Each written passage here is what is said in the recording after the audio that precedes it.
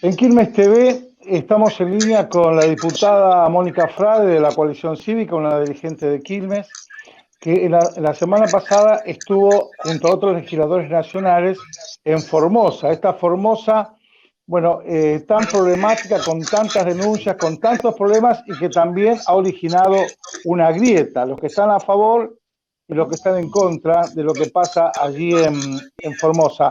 Mónica, buen día, ¿cómo estás? Gracias por atendernos. ¿Qué tal, Pedro? Gracias a vos y a tus escuchas.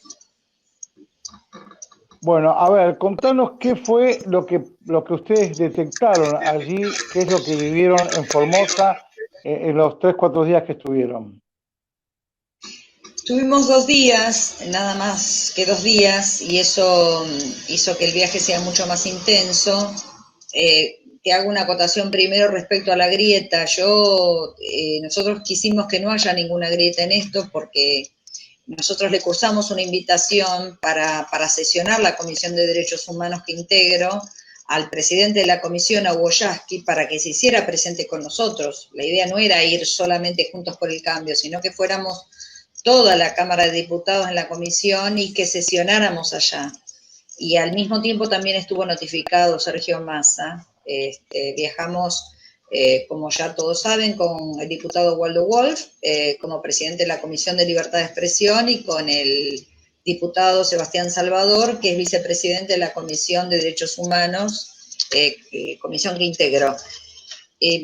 Bueno, allá la idea era un poco repasar toda la información que había venido circulando estos últimos días respecto a la violación de derechos humanos.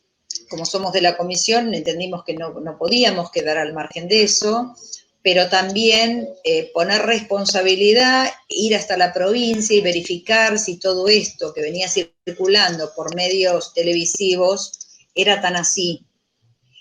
Yo vengo en contacto con formoseños que efectivamente me decían que esto era así. Lo cierto es que el viaje fue de comprobación y de acompañamiento a los que están siendo víctimas, no de limitación de derechos humanos, sino de lo que a esta altura para nosotros es supresión de derechos humanos. Nosotros nos entrevistamos con víctimas, fuimos a casas particulares, personas que habían estado en la condición de varados, personas que estaban actualmente aislados, y también fuimos a la ciudad de Clorinda, que es una ciudad que llevaba 160 días vallada. Nos parecía a esta altura que esto no era una experiencia que se había vivido en ninguna parte del mundo. Por supuesto que el gobierno de Infran argumenta el éxito en el tratamiento del COVID, pero no hay ningún país del mundo que haya alcanzado, entre comillas, el éxito mandando a la cárcel a personas. Y digo a la cárcel porque las comprobaciones que hicimos después de todas las entrevistas que hicimos, que fueron muchas, nosotros extraemos denominadores comunes. ¿Cuáles son? Que a lo que ellos llaman centros de aislamiento, en realidad son centros de detención ilegales, que no están atendidos por personal sanitario, sino estrictamente por personal policial. Ahí ya tenemos un detalle no menor. En segundo lugar, los aislados llegan ahí ¿por qué? Porque caen en racias a la casa a medianoche, levantan a las familias, le dicen que han sido contacto estrecho con alguien y los llevan, los hisopan y los llevan al centro de aislamiento a esperar el hisopado. Luego a muchos de ellos le dicen que el hisopado es positivo, pero a ninguno le muestran el hisopado. O sea, nadie ha dicho, ha admitido haber podido ver el resultado del hisopado. Los lugares de aislamiento no son lugares sanitarios, hay escuelas. Se vio por televisión el Estadio Cincuentenario, que cuando fuimos ya estaba desmantelado, lo desmantelaron el día anterior a la visita del secretario de Derechos Humanos, Pietra Gala. Así que nosotros hemos ido incluso, de modo espontáneo, imprevisto a la noche, a un centro de aislamiento, que era una escuela en las afueras del centro de Formosa, donde nosotros no nos permitieron entrar, no hemos hecho demasiado esfuerzo por entrar porque el personal policial estaba visiblemente atemorizado por la presencia nuestra, pero sí pude lograr que me confirmen que en ese momento tenían 12 niños internados en ese lugar, entre 2 y 12 años, cuando ya había una resolución en la provincia de 72 horas antes, tampoco de mucho, de que los papás que tenían niños menores podían hacer el aislamiento, la cuarentena en su casa. ¿Qué es lo que estamos planteando? Las cuarentenas tienen que ser domiciliarias, no en esas pseudo cárceles. Lo cierto es que había 12 menores que fueron restituidos junto con sus padres a la casa a la mañana siguiente que nosotros estuvimos. Nosotros escuchamos relatos que se parecen mucho, y si yo comentara los pormenores, alguno me entendería, se parecen mucho a los relatos de la CONADEP. Mujeres embarazadas que han sido encerradas con sus niñitos de 2, 4 y 12 años en una habitación bajo llave, y que así estuvieron 22 días con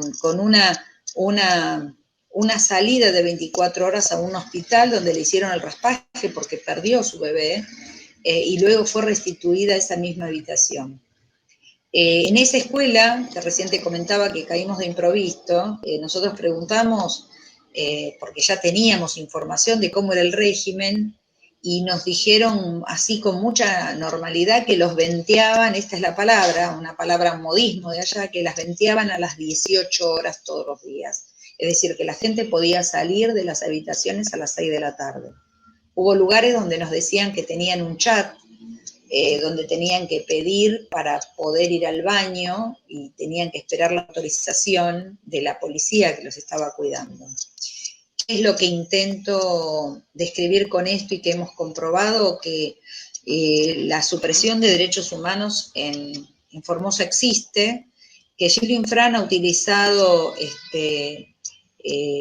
la situación de pandemia a desplegar un sistema de militarización y de control social y político en todo Formosa, y ha instalado un sistema de terror, porque la verdad que la gente no quiere ni asomarse pensando en la posibilidad de que le digan que fue contacto estrecho, que tengan que ser hisopados y detenidas. Luego tenemos otras referencias. Para sintetizar, ¿por qué nosotros hacemos la denuncia por encubrimiento y ahora la vamos a ampliar al secretario de Derechos Humanos, Pietragala? Porque el secretario estuvo antes que nosotros y no vio o no quiso ver nada de todo esto. Con todas las víctimas que nosotros habíamos hablado, solo 2 nos dijeron que habían sido recibidas con la doctora Neme, la concejal que fue detenida, y ellos, para hablar de este tema, pero digamos nadie más. Quiere decir que no fue una visita de comprobación en el marco de sus funciones, sino que le fue a lavar la cara a Infran, que, digamos, tenía serios problemas por la publicidad de todo esto. Hola, ¿Qué Mónica, vamos a hacer con esto? sí, ¿y cómo evalúan ustedes también la posición del presidente Alberto Fernández, ¿no? Que ha dicho que, bueno, que ha puesto públicamente, ha dicho que resalta que la provincia ha tenido pocos casos de COVID como consecuencia de las medidas que ha llevado adelante? Bueno, el presidente resalta eso, pero no es eso lo que el presidente ha resuelto para el resto de los argentinos, con lo cual hay una enorme discriminación respecto a eso, porque no es lo que se ha aplicado como política sanitaria en el resto del país. De modo que él lo dice, pero no lo practicó porque sabe que no puede practicarlo, pero al mismo tiempo él le da un aval y le dice que es el mejor gobernador de la República Argentina, Gildo Infran, con lo cual Gildo Infran se siente fortalecido para avanzar hasta donde avanza. Es más, el miércoles pasado, en la Comisión de Salud de la Cámara de Diputados, hizo presente Ginés González García, y él dijo que ninguna provincia había avanzado sobre el tema de los derechos humanos más allá de lo que el propio presidente había planteado, y ahí lo tienen, digamos. Nosotros no es que escuchamos lo que quisimos, nosotros venían a traernos los testimonios están registrados con nombre y apellido, están las filmaciones y hay cartas, es decir, que no es algo que está inventando la oposición, lejos estaría de nosotros haber querido escuchar todo lo que escuchamos, y esto lo digo porque yo sé que dentro del oficialismo hay mucha gente que cree que no debe estar pasando y no puede estar pasando eso en Formosa y sin embargo cierra la boca. Y nosotros creemos que los derechos humanos no son solamente los derechos humanos de la década del 70, del 80, en la época de los militares, sino que son los derechos humanos de hoy, que es lo que el gobierno no quiere hablar. El gobierno, fíjate que hace un repaso histórico de los derechos humanos, pero estas violaciones, que en otra medida también se dan en otras provincias, como Santiago del Estero, Tucumán, todo el coro gubernamental cierra la boca, nadie habla.